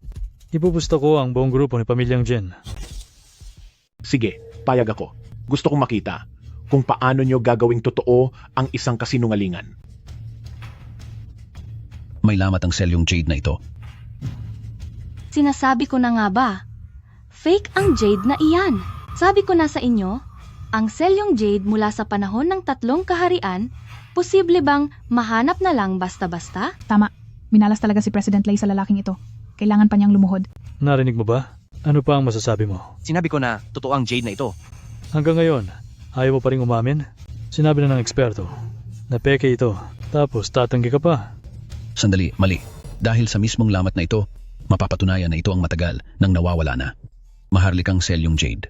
Hindi ko akalain na sa tanang buhay ko, makikita ko pang muli ang paglitaw ng selyong Jade na ito. Hindi maaari. Hindi maaari. Sigurado nagsabuatan kayo para lokohin kami. Noong ginawa ang peking Jade na ito, malinaw na. Tumahimik ka. Brother Lin, kung may kailangan po kayo sa hinaharap, pumunta lang kayo sa akin ng direkta. Mauuna na po ako ngayon. Linche, sunod-sunuran ka lang. Kapag ininsulto mo pa ang asawa ko, babaliin ko ang panga mo. Dapat mong malinawan ng isang bagay. Hindi si Brother Lin ang naghahabol sa akin, kundi ako ang lumalapit kay Brother Lin. Pati na itong maharlikang selyong Jade, ibinigay lang ito sa akin ni Brother Lin para iligtas ang sitwasyon. Sa tingin ko ang posisyon ng chairman ay walang iba kundi para kay Brother Lin. Hindi maaari. Siguradong hindi ito totoo. Sinabi ni Xiao Shan na mahirap ka lang na nagtitinda sa kalye. Paano nagkaroon ka ng napakaraming pambihirang kayamanan? Wala ba talagang nakapagsabi sa iyo na ang gulong ng buhay ay umiikot at nagbabago rin? Swerte nyo ngayong araw, ngunit tandaan nyo, hindi pa tayo tapos. Teka lang. Kanina may ilang tao dito ang nagsabing isusuko nila ang buong Jin Group, ngunit hindi pa ito natutupad. Lahat ng narito ay malinaw na nakarinig sa sinabi nyo. Lei Jun, dahil lang sa isang pusta, nais mo nang kunin ang buong pamilya ko? Huwag kang sumobra. Ibig sabihin ba nito ay tatalikod ka sa usapan? Ang lahat ng narito ay mga kilalang tao sa mundo ng negosyo sa Yunjong. Isipin mong mabuti ang magiging bunga ng hindi pagtupad sa pangako. Pagbabayarin kita, Linche. Wala ka talagang kadala-dala. Kapag naulit pa ito, siguradong mas malaking parusa ang aabutin mo. May lakas ka ng loob na manakit ng tao? Tinitiyak ko sa iyo. Ipatatawag ko ang mga security para hulihin kayong lahat. Haha, huwag ka nang mag-abala dahil parating na ang mga autoridad. Sangkot kayo sa panloloko sa negosyo, hindi pagbabayad ng buwis, pati na ang paggawa ng mga pekeng antigo. Sa tingin ko sa pagkakataong ito, ay magkasama kayong magbabayad ng utang sa batas ninyong mag-ama. Hahaha, Brother Lin, binabati na kita ng maaga dahil ikaw na ang napiling chairman ng Chamber of Commerce. President Lei, huwag niyo po akong biruin ng ganyan. Ang posisyong yan ay mas nababagay po sa inyo. Paano naman nangyari iyon? Sa lahat ng narito ngayon, ikaw ang pinakakwalipikado, ang pagiging chairman ay para lang talaga sa iyo. Kaya huwag mo na itong tanggihan. Mga Ginoo, sa totoo lang, ay mas gusto ko ang tahimik na buhay. Naniniwala ako na, ang tungkulin bilang chairman ay mas nararapat na ibigay sa ating napakahusay at may karanasang si President Lei. Siya ang inaasahan ng lahat at diyan na tayo magtatapos. Mahal, tara na. Mahal, sinabihan ka ni President Lei na maging pangulo ng kapulungan? Bakit ayaw mo? Wifey, tingin mo ba ay bagay akong maging pangulo ng kapulungan? Mahiwaga ang asawa ko at wala siyang katulad, kaya kahit ano ay kaya mong gawin. Paano kung sabihin kong gusto kong maging hari? Mahal, huwag kang magsalita ng ganyan. Baka parusahan tayo ng langit. Kita mo na, ganyan din ang sasabihin mo. Kapag naging pangulo ako, siguradong gugustuhin ko ring maging pinuno ng lalawigan. At kapag naging pinuno na ako, gugustuhin ko ring magkaroon ng sariling kapangyarihan. Sa dami ng pera at ari-arian ko, napakadali lang yan. Pero kapag napatahimik ko na ang mundo, baka maging ang tatay mo ay kalabanin na rin ako. Kaya sa tingin ko, mas mabuti pang mamuhay na lang tayo ng tahimik. Mahal, anumang sabihin mo, gagawin ko po. Kung saan ka man pumunta, susunod ako. Mabuti. Ako naman, gusto kong kumita ng napakaraming pera. Pagkatapos ay magkaroon ng napakaraming anak. O, sa pagkakataong ito, nagdala ako ng mga buto at teknolohiya mula sa modernong panahon. Sisiguraduhin nating walang magugutom sa mundo at ituturing kanilang isang diyosa. Mahal, ang galing mo talaga. Tara, bumalik na tayo sa kabilang mundo. Tara. Hala, sino ang mag-aakala na isa palang lagusan ng isang ito? Pero kung wala ito, hindi sana kita nakilala at hindi rin ako magiging pinakamayaman. Grabe. Ngayon ay alam na ang lahat.